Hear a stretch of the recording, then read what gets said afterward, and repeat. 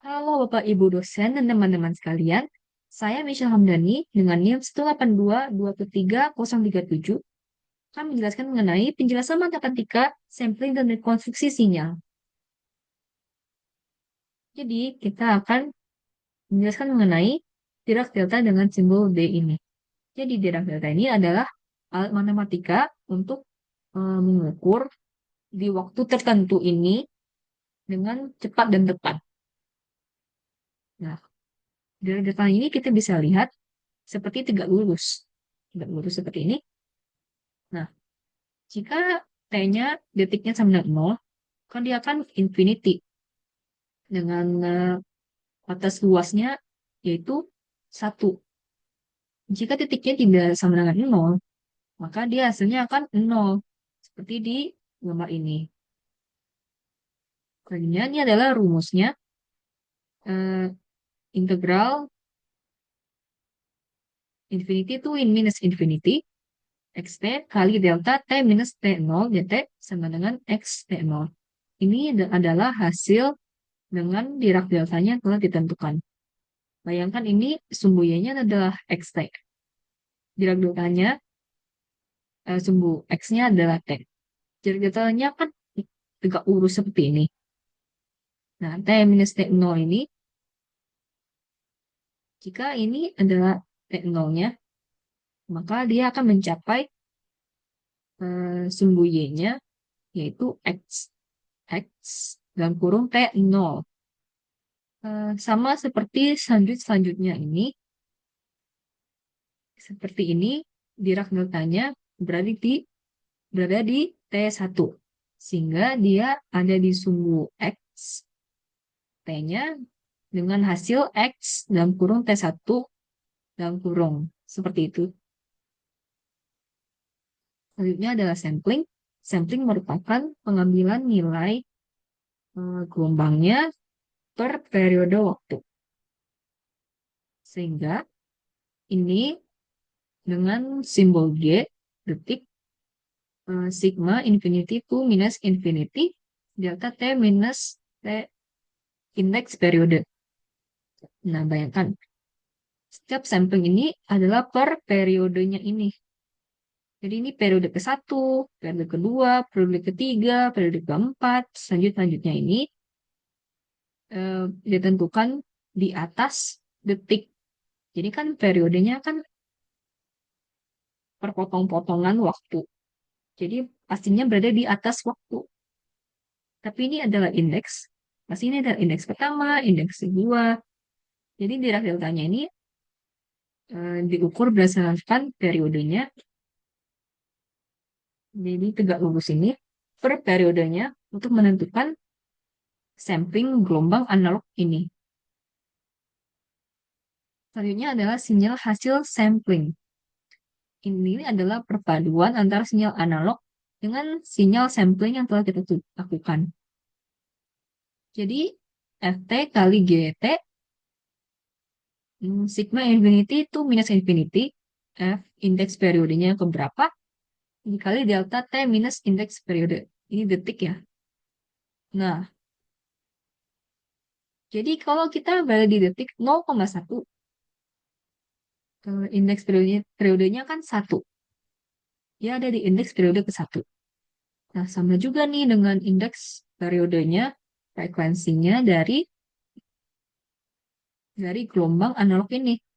Jadi adalah 0,59, bayangkan, atau 0,58. Jadi Dirac deltanya mencapai 0,58. Nah, ini 0,1 dengan indeks periode ke-1 di detik 0,1 ini sampai di 0,58 gelombang analognya. Sama juga dengan yang indeks kedua periode tersebut. Ini 0,2 kan detiknya. Jadi ini indeks periode kedua. Dia ada di hampir 0,9 lebih. Nah, ini kan frekuensi dari indeks periodenya kedua dari gelombang analognya. Sehingga Dirac deltanya tegak lurus mencapai gelombangnya, frekuensi gelombang dari sinyal analognya di detik 0,2. Nah, begitu terus sampai sampelnya semua didapatkan sehingga hasilnya seperti di gambar ini dengan sinyal analog bersama dengan sampling-samplingnya ini, titik-titik sampling ini. Nah, selanjutnya ada rekonstruksi sinyal. Konstruksi sinyal ini, sinyal samplingnya telah kita ambil. Terus kita gabungkan saja menjadi gelombang analognya yang seperti awal. Tapi yang awal udah dihapus, sehingga samplingnya membuat gelombang analognya. Nah, ini adalah fungsi sinc-nya. Sinc dalam kurung X, sin Px per Px. Nah, jika diberikan input 0, maka sin ini akan mengeluarkan hasil 1. Jika kita inputnya tidak 0, maka hasilnya akan 0. Ini adalah rumus rekonstruksinya. Fr dalam kurung detik, sigma infinity to minus infinity. F indeks periodenya, ini adalah sinyal analognya, dikali sin detik kurang indeks periode per periodenya.